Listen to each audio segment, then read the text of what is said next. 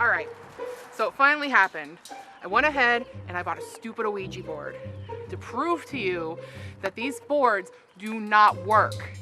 If anything, I'm probably gonna be using this to light my cigars. Thank you. Hi folks. Well, I'm here, and I'm here to prove to you that these things do not exist. I have my 5 black candles, my pictures of dead people, and my Ouija board to prove to you Christian occult wannabe bitches that these things do not exist. Here we go. Oh great, whatever is not out there, you're the next contestant on Things That Don't Exist. Come on down.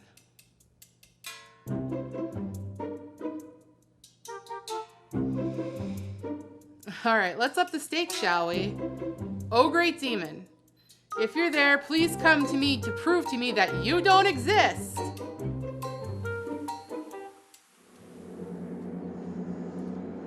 Oh, yeah, not this again. I don't get any minutes or 4G in this universe. Okay, dumb white girl, the wrong candles, Ouija board. Hello? Is anybody out there? These incense are burning my sinuses, and I bet she's looking for Satan. Is that you?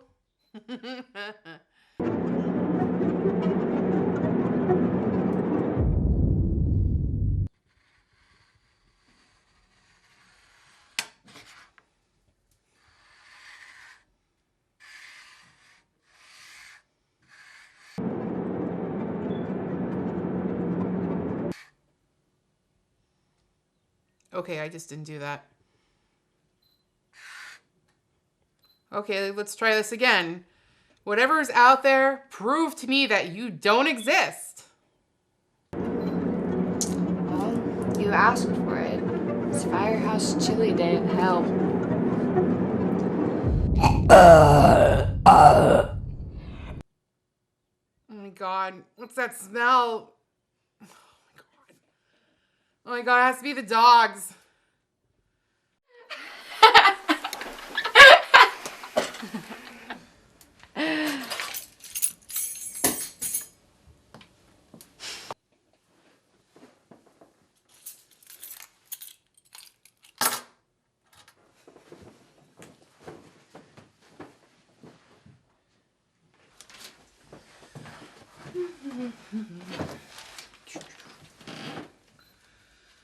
Ugh, I'm so hungry. Blackberries, strawberries.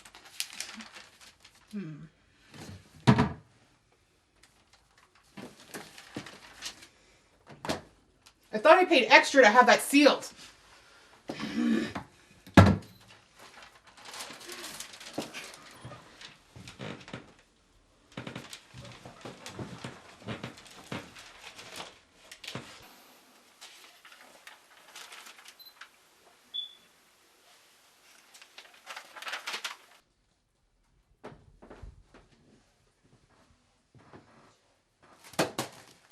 Okay. Okay. I can't explain this. Okay. Okay. What do you want? What do I want? I want a damn decent box of rice. I like yellow rice. All right, I can't explain this. Okay, so I'm just gonna watch the news tonight because obviously there must have been an earthquake or something somewhere. I don't like cheese nips. I like Cheez-It.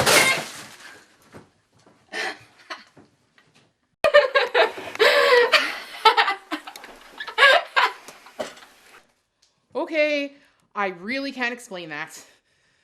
Okay. Well, what the hell's going on now? Why are the pipes banging? It's me, bitch. I'm banging on the walls.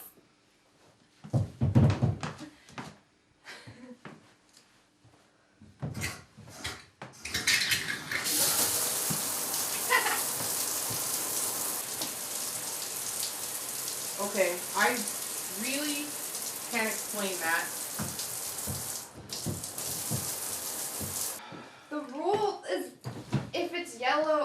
keep it mellow. If it's brown, flush it down. Not if it's yellow, keep it mellow. If it's brown, let it drown. Oh, what the hell's going on? All right, I'm so sick of this. I am completely over it.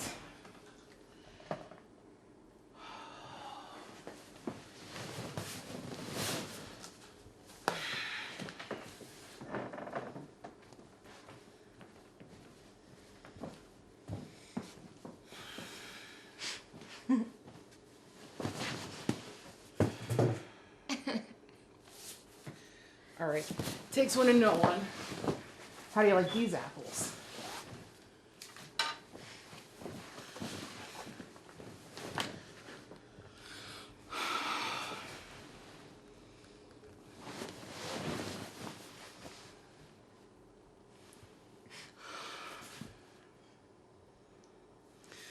Hi, Father. This is Sam. I'm from Fairborn, Ohio. I have a bit of a problem. Just I could use your assistance. If you could please call me back. My number is 555-570-5368. Thanks. Bye.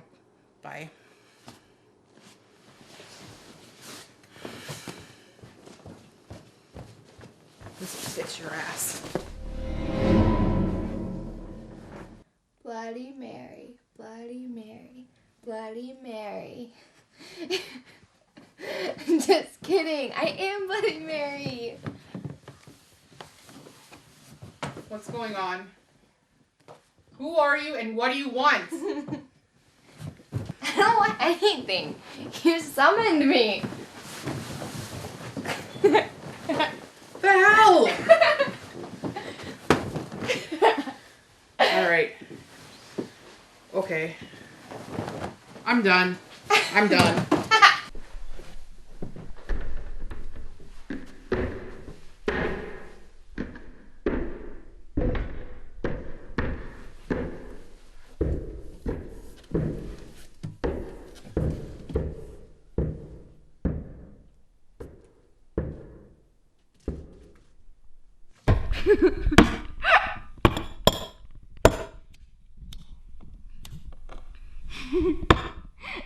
This is a fire hazard. Run! Get out of here! I've seen sumo wrestlers run faster than you.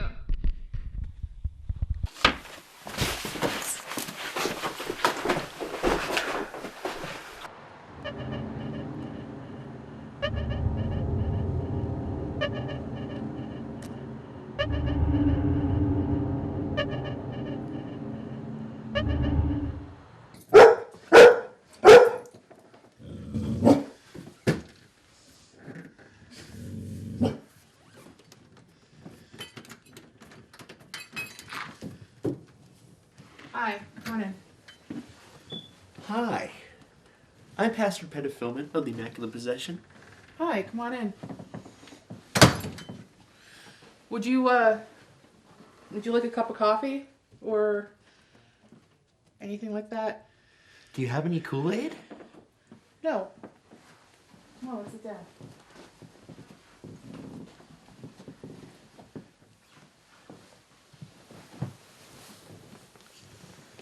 So, my child, what troubles you? You look unwell.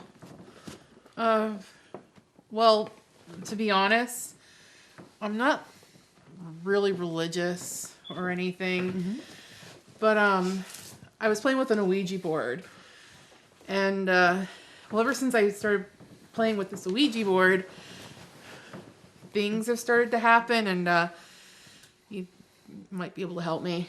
Well, I could go against the council's advice, but you have to make me a promise. You have to come to church on Sundays for a month and help out.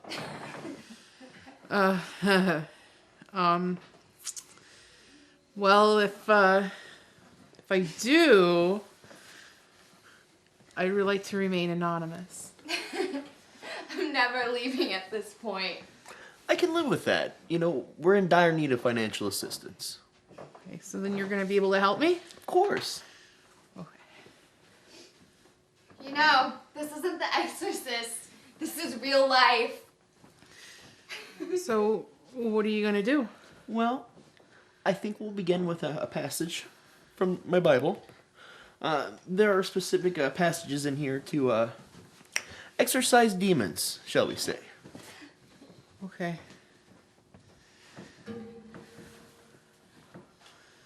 All right, let's do this.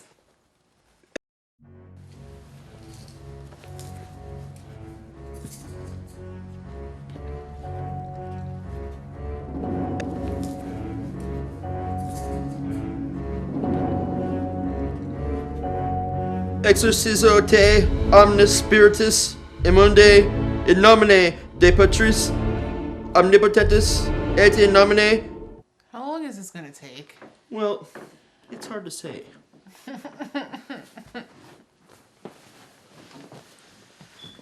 Here, take this for protection. No, you can keep it. Okay. Now we shall begin the chant. I'll be throwing this holy water at the demon. You can do that. She'll work nicely. Piesu nomive Not cool, dude. dona You're not gonna get rid of me this way. requiem. Piesu nomive dona Stop it! requiem. Stop it! I need anthrax. Judas Priest. Piesu. Oh! Oh my lord! Oh my god. Piesu nomive dona requiem. Oh my god.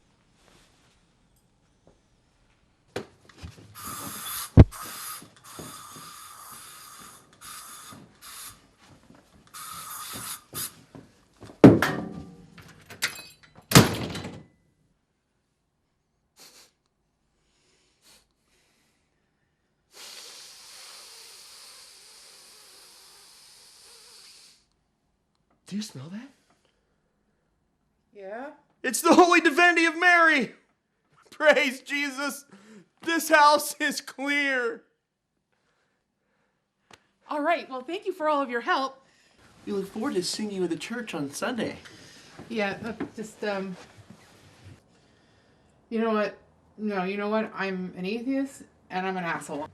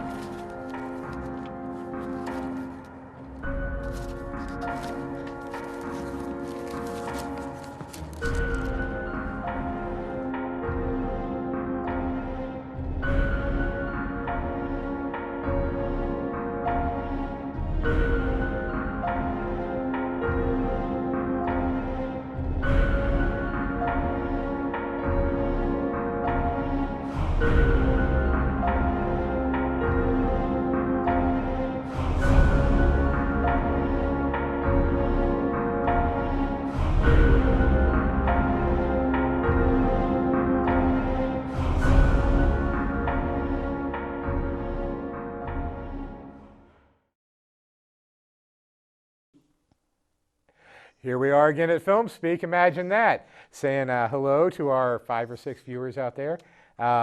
Thanks for joining us again and supporting local independent film here in Ohio. There are always so much going on. You know how much is going on? This is like episode 40. Okay, that means I've had 40 episodes of people coming on here and talking about film that they're doing in the area. So clue in. Today, I'm reaching beyond Ohio. We are here today with Amanda Batdorf, who has joined us here. She's from Pennsylvania currently, Yes. right now, but Yes. you've lived in New York, Yes. Jersey. Not Jersey, not yet. Not yet, not Not yet. yet. Well, it's in the middle, so you had to drive through it. Yeah. Yeah, same thing. Thank you very much for coming and joining us on FilmSpeak. Oh, thanks for having me. I'm glad I'm number 40. It's a pinnacle moment, I suppose. It's a good feeling. It's a tingly feeling. We made her tingle. Oh, maniacal laugh. Maniacal laughs. So you have come here to film a short film this weekend. Yes, thanks to Will and his wonderfulness and his very nice family and everything. We're going to be filming a short film that I wrote called The Summon, which I'm hoping will be more comedy than an actual drama. It's actually based on, if you watch a lot of YouTube videos or any videos in particular where you're like, oh, it's, you know, the typical guy sitting down at the Ouija board and he's trying to, you know, show that there's spirits and stuff. And basically I'm just trying to show from a different point of view with the audience that, you know, be careful what you wish for, and that he can summon somebody or something. And in most videos on YouTube, you can't see what's behind him. Well, in this, you can. You'll be able to see the demon and what they're really doing, or how you really like to think that they are. It's very funny. Thank you. Yeah, when we read it, we were, it just had to be done. Definitely. And I kind of did that in one night. I sat down and I'm like, I have to do it, because I was watching one from Ireland, and I have a couple of friends who are skeptics, and they're like, that's not real, and blah, blah, blah. I'm like, well, I can do this. Now, you have other past experience in filmmaking and stuff on Yes. the East Coast and everything. Yep. Tell us about like some of the stuff that you have done. Can I start from the beginning with things that I've done? Sure. Okay. Sure. Let's go way back. Whoa! Time warp. Doo-doo-doo. So about 6 years ago, I started just doing amateur stand-up comedy. About 2 years ago, I stopped doing stand-up comedy. I moved to New York and realized, wow, I'm a dime a dozen, and I didn't like it anymore. What used to be like 3 to like 7 minutes was like 1.5 minutes to like 3 minutes, like most guys in my life. So I'm like, I can't do this right now. So I got really tired of, you know, the whole scene, and I got kind of discouraged, and some events had happened. So I moved back to Pennsylvania, and I'm like, I think I'm very creative, and I felt, well, it's time to move forward. And it just so happens that somebody on the wonderful world of Facebook said, you know, I kind of just stumbled upon your page and I really like what you're all about. How would you like to be an extra in a zombie movie? And it kind of went forward from there. I started with just like a little zombie scene in what's called Sheriff Tom versus the Zombies. That's a Ryan Scott Weber production. I worked with him on a second movie for Witch's Blood. Sweet. Which I did have a featured zombie role in. That was a lot of fun. That was done in Jersey. Oh, neat. A lot of the films I've done are in Jersey. I've also worked on The Soulless, which is a Chris Eilenstein movie. It's going to be a 3-part series. So I'm waiting for him to pick up and, you know, go forward with that and let me know. I have a few roles in that as like zombie and featured and things of that nature. So then moving forward, I got picked up. I'm working on a soon-to-be, when we start working on it, called Bigfoot Blood Trap, based on the Russian experiments with, I think it was, he was in Russia, and he was trying to interspecies people and monkeys together. It's kind of based on that. Oh, sweet. Yeah. So an artificially made Bigfoot. Yeah, but it's supposed to be a very gory horror movie, which I'm very happy about. I like that dynamic of the absolute psycho. Yeah. I'm going to be working on a sitcom within like the next couple months online called The Funeral with Adam Ginsberg and things of that nature. I'll be playing somebody that looks like an Amazonian, so it kind of fits. Yeah, you are very busy coming up. I am, and I like to be busy. I mean, I've worked very, very hard to get where I am. Yeah. You know, small town, nowhere. You know, nobody's like, oh, you're not going to do anything. And then I've worked my way up, with including like my personal life, up until like here and beyond. Yeah. So hopefully after today, there will be some really good, more positive, happy things coming. Will people be able to find out and keep up with these films through like Facebook? Or, yes. Facebook. I had a Twitter. My Twitter got hacked. So I'm not using my Twitter at the moment. I'm working on that. I have an Instagram. It's mistress_batlady. You can find me on Facebook. Amanda Bador5 is my my fan page. Amanda Bador3 is my personal page. And we'll have all these at the credits in the end and stuff, so you'll be able to keep up with numerous freaking projects coming up. Yeah, if you Google me too, you'll find me on there a lot. Now, do you prefer doing horror the most? I like doing horror, absolutely, but within like the next 5 years, I'd like to work in drama, or at least I'm very interested in history. Yeah. And I'd like to do the history roles, like the dramatic reenactments. So those are some other things I'm looking forward to. That'd be sweet. Definitely. And, you know, stay with your passion. Now, for horror movies, what are some of your favorite horror movies then? Horror movies, I'm going to have to say the ones that are most play on the mind. I don't know if you would consider Eraserhead a horror movie or a drama. I love David Lynch, so we'll count it no matter what. Yeah, because a lot of my friends are like kind of more like clean cut, and they're like, "You're really weird." I'm like, "I'll stay weird. You go over there and you watch your Princess Brides," you know. You're talking about passion to get something done. Eraserhead is a perfect example because it took 4 years for David Lynch to finish that. Yeah, and it's brilliant. I can sit there at night and just watch it and feel actually more relaxed than suspended. Dig it. Because I enjoy sitting and taking pieces apart, like with music. I'll listen to the song once, and then I'll listen to it picking out the different instruments to try to establish how the song was put together and why it complements those aspects, the dynamic of what's happening. Same thing with movies. Definitely. Yeah, I do that. I will watch a movie if I like it. I'll watch it 100 times. Right. And I'll break down, well, why'd they use that color for that scene? You know, why did the character grab that with their left hand and not, you know, it's because I'm that into it.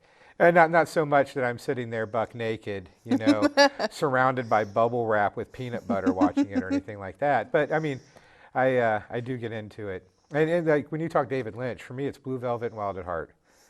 Depending on what day you talk to me will be which one of those is my favorite. Right. You know, David Lynch film, because I'll bounce between it. And Twin Peaks too. Love Twin Peaks, but something about Blue Velvet and Wild at Heart that always just pulls me to it. I have to watch those every couple of months just for the sake of it.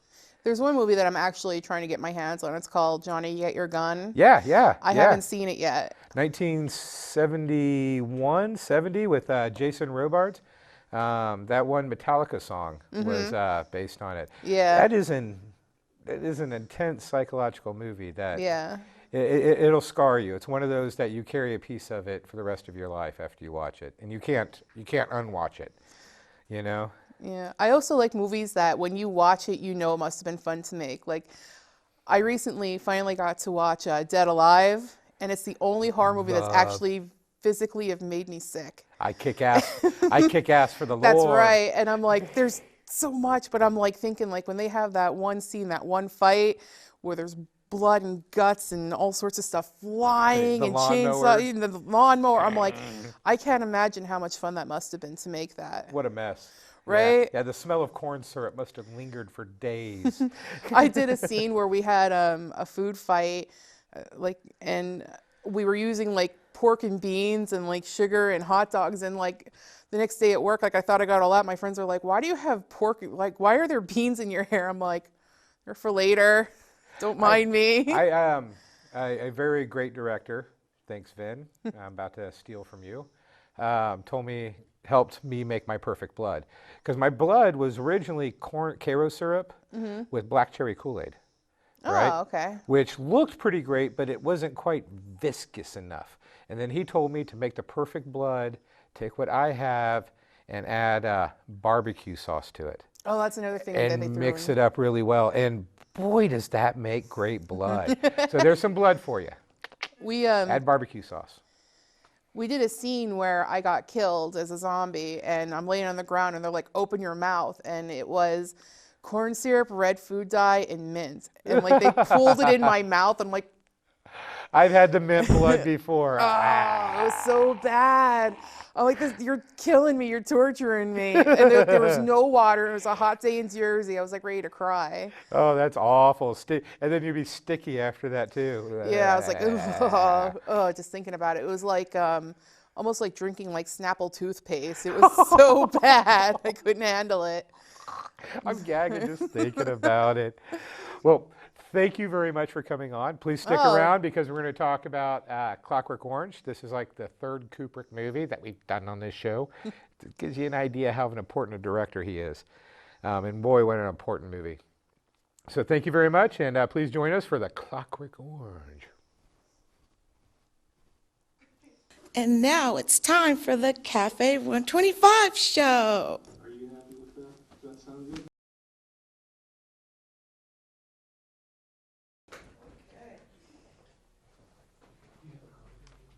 Welcome all the way from Cincinnati, whose album has debuted on the top 10 on iTunes, Mr. Vincent Holiday.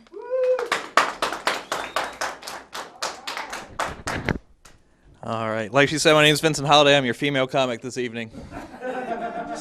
Strap in. It's going to be fun. Topical humor is in the news. Let's talk about that while it's relevant. European Union. You guys know about this thing? Yep. It's not American. We're all on board. All right. So here's the deal. Apparently, Europe is broke. Greece is on fire, and that's going to be really hard to put out. And all the poor European countries got together to figure out what they were going to do. And that's when France said, and I quote, "It's time for Germany to step up and start leading Europe." No. Pretty sure they tried that. Twice. And I don't know why France doesn't remember. Or why they want to be in debt to a nation with a history of repossession. But two wrongs make a third right. That's what I'm really getting at here. Oh, you guys booing my witty wordplay. What, you guys anti-semantic? What's going on here? Grammar Nazis. You're the worst. I know you guys probably couldn't tell by looking at me. It's pink, but it's still flannel. But I am the Midwest premier gay comic. You know, I'm like the Johnny Bench of butt stuff. You know, Hall of Fame catcher. It's my dad's most and least favorite joke. I'm not so gay that I think the Heisman is a football trophy. No. Well, I know it's a football trophy, not a lady part. But I am gay enough that my mom had to have a C-section. So, you know, still not gonna. But so naturally, you know, I support a lot of the gay issues. You know, like I support civil unions. I think gay couples should be allowed to adopt a highway.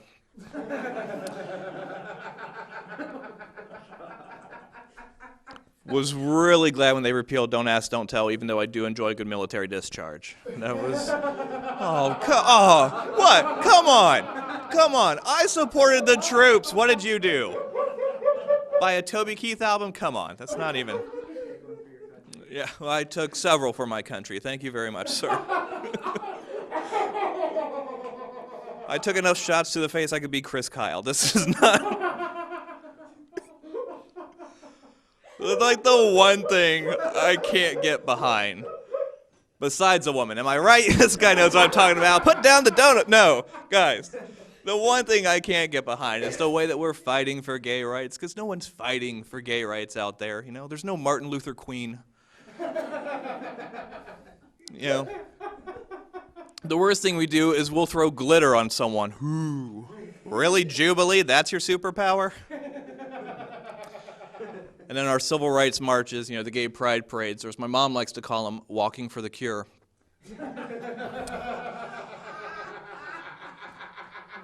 That's where we block off downtown traffic on a Saturday afternoon so a 400-pound guy in a rainbow thong and body glitter can be like, "Your son will come out tomorrow in a sequin dress and feather boa."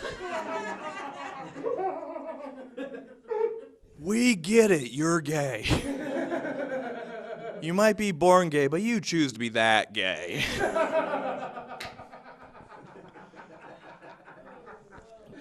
This is where I tend to lose people. Got some cell phones out, people texting. A lot of comments will get mad about that. I'm just going to pretend you're tweeting my punchlines like I'm an episode of Glee. Worst distraction I ever had, though. I was at a coffee shop in Cincinnati, and a table of elderly women pulled out yarn and started knitting in the middle of my show, just going to town on whatever scarves and they were making. I made a rookie mistake. You know, I went to engage the audience, and I was like, "Okay, knitters, please." And they got very upset with me, and I didn't mean anything by it, right? You know, my grandma crochets and she hates knitters, but I don't have a problem with them. So this one lady, I think her name was Pearl, she just, grammar Nazis, she just stands up, she starts yelling at me, she's like, "That's not funny. It sounds like you're saying the N-word." I said, well, you're stupid. Knitter starts with a K. K, K, K, lady.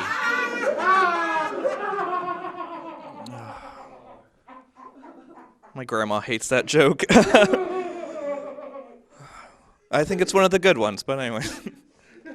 I'm glad you guys were here. I'm glad we're all laughing, having a good time. I know laughter's the best medicine, and it's been a rough week for me. I need to laugh. I almost didn't make it here today, actually. Earlier this week, my dog died. What's worse is it's kind of my fault. I didn't realize he had a peanut allergy.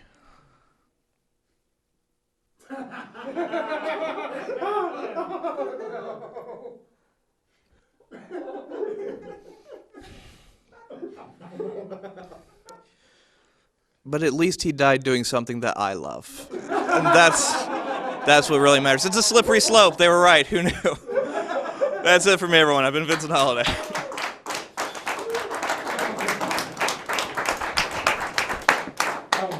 That was an amazing set. You are a very, very funny man. Thank you very much. Thank you. Thank you so much for coming on FilmSpeak. Please tell our couple of viewers where they can find more out information about you. Well, I would start with VincentHolidayComedy.com. It's got all the links to the Twitter, the Facebook, the Instagram, all that fun stuff. It's also got my upcoming schedule of events. Like I've got Dayton Sideshow coming up in May. I will be at the Indie Pride Festival with Jackie Beat in April. Sweet. Yeah, I'm excited to work with her. I've got the Columbus Comedy Festival coming up as well. And you can also find my debut album, Too Soon, on iTunes and Amazon. And iTunes and Amazon. Well, all that information will be on at the end of the show. Please look up this very, very funny man. I hope you'll come on again sometime. Oh, absolutely. Thank you very much for being on the show. Thank you. Let's talk about movies. How much I have always liked this, yeah. It never stops. Oh my gosh, There- I would kick my husband's butt. He's like a big kid.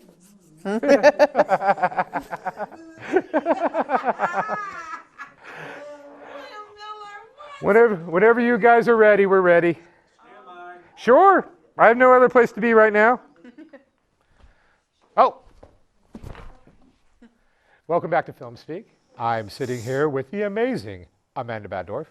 We're about to talk about the impact of the film A Clockwork Orange.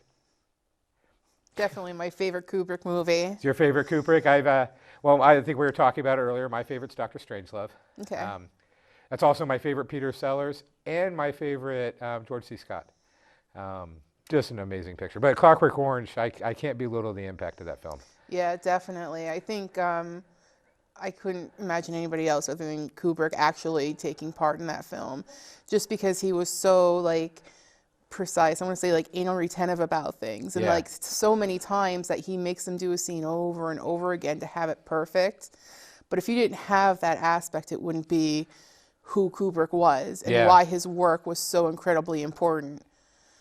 You know, it was banned for 25 years in England. Really? I didn't know that. Because when it came out, they had a rash of copycat violence of people killing homeless people. Oh, no. And so they banned the movie. Well, it was banned until, I want to say 1997, 1998. They were finally able to see it there. I could be wrong. Maybe Al Harland will come and smack me if he sees this episode and let me know the real story. Anyways, but, you know, for me, the movie always symbolized a big sociological question, you know, because when they take the violence away from him, they rob him of his individuality. And to me, is it worth a safe society if we have to lose our individuality? Which I don't think it is, you know. Violence comes from the same place in the brain that creativity comes from and art comes from. And the two go hand in hand. And boy, you know, it would be more of a disaster to lose, I think, the art and creative side of our nature to be nonviolent. I think violence is also part of our nature. I think we're all born with an aspect of violence, but I think it also depends on who we take on in our social aspects as well as how you grew up. I think there's a lot of parts to that. But I think in a way, though, violence teaches us a lesson. Like if you touch a hot stove and your mom smacks you, There's a good point with that. Well, you know, they take the corporal punishment and stuff of our children and everything, and I look at it like wolves. You know, a mother wolf will nip at a wolf if it's doing something stupid, which is the same aspect of giving your kid a crack in the butt. Right. You know, but yeah, I think it goes even more to that because, and I aggravate my wife with this argument all the time because, as humans, I truly believe we have to obey the same rules of nature as the rest of the animal world. And while our population goes unchecked and people are boinking and doinking and reproducing at an just accelerated rate, then we will always be filled with the urge to kill each other. Because, you know, as long as we keep unregulated growth, somewhere inside will be that instinctual nature of, I'm going to stab you in the heart and rip your eyes out. That goes to the same fight or flight thing that happens. Like, do I stay and do I fight, or do I fight the mugger? Yeah. Like, am I going to beat the crap out of him, or am I going to curl down and not? Well, when I was in the infantry, they taught us that the best way to survive an ambush is to run right at it. And so that's always been my philosophy. You run right at it, yelling and screaming. It's a good way Anyways, to cope. tangent. Back to Clockwork Orange. Okay. Anyways, back to Clockwork Orange. Okay. And definitely Malcolm McDowell. Oh my gosh, just thinking of him. Ugh. He's I great. I no longer say eggs. You know, I say eggy wigs. Eggy wigs. Actually, I think that's actually a real term in Britain. I know if you call them eggy bread is French toast. Yeah. And pudding is actually dessert. So I just kind of actually recently learned that within like the past 3 days. But I think it's pretty neat too. Like some people like yarballs. That was also another thing that I also thought was pretty funny. And I also think that would have been a fun scene to do as well. Oh yeah. And I love the context because I find it so true even today that what happens to bullies from school when they grow up, they become police officers. I love the whole context of later, what the consequences are of later. And like you were saying with the whole taking away his creativity and stuff, when they were playing Ludwig van Beethoven, and when he jumps, it just, everybody kind of feels... He'd rather die than live without Beethoven. I don't think it's without Beethoven. I think it's the fact that he lost his freedom to be who he is. To be the individual that he is. But then, of course, he ends up coming out of it and stuff. Oh, yeah, the ending's like the best. Right as rain, sir. Yes. When she's asking him the pictures, and he's answering them, and he's like, did I pass? She goes, it's not that kind of test. And you were talking about like Kubrick's control in the film, and I love the way that he uses a color palette for like lighting and stuff for the different scenes, because as it grows on, it starts off with more of red and harsh orange bases and stuff. And then when he goes through, when he loses everything, he gets out of jail and everything's more cooler colors and done with that kind of drab baseness. And then again, after he jumps through the window in the very end, the colors of the lighting are also bright and vibrant again, because it's almost, I guess, retrospecting his perspective and everything. Yeah. I was reading somewhere that when McDowell was doing the scene where they were in the library, the gentleman and the woman that they were robbing, apparently Kubrick had told them, do as you want, to improvise, and he just went nuts. And that whole scene was just him just the singing in the rain, and that killing her with the large dork and everything. Yeah, and that's the scene that everybody carries away with them in the movie and stuff. You know, because they got the camera perspective down low, and he's coming down, putting his face right in the camera and singing. And then, yeah, what a scene! Yeah, you can't plan that. That's just and that's just magic. And the other thing is like when they have him strapped to the chair and they're conditioning him. Yeah. And he realizes what they're actually starting to do to him, and not feeling well. I don't know how to put this. I think that it was actually based on things they used to do in World War II. Oh, really? I think, or before that, to condition mentally ill people. Yeah. That is, with the... To try to make people focus, to make them well, like a wellness. That was also techniques used by the CIA for brainwashing. kind of like using Pavlovian methods to control people's Yes. emotions and mind. Definitely a trip. So I guess in summary, watch Clockwork Orange. It is a very important movie. Christ, I think just about every Kubrick movie is a very important movie, especially if you want to be a filmmaker. Yeah. Or The Shining. Or The Shining, great one. Dr. Strangelove, Lolita, Full Metal Jacket. I mean, just watch a Kubrick film, for Christ's sakes. Thank you for joining us. Oh, thank you for having me. We love to talk about films. We're some serious Definitely. dorks on this show. And I look forward to working with you tonight because we're going to be filming a short film. Woohoo! Thank you very much for joining us on Film Speak. You have a great day. Support indie film.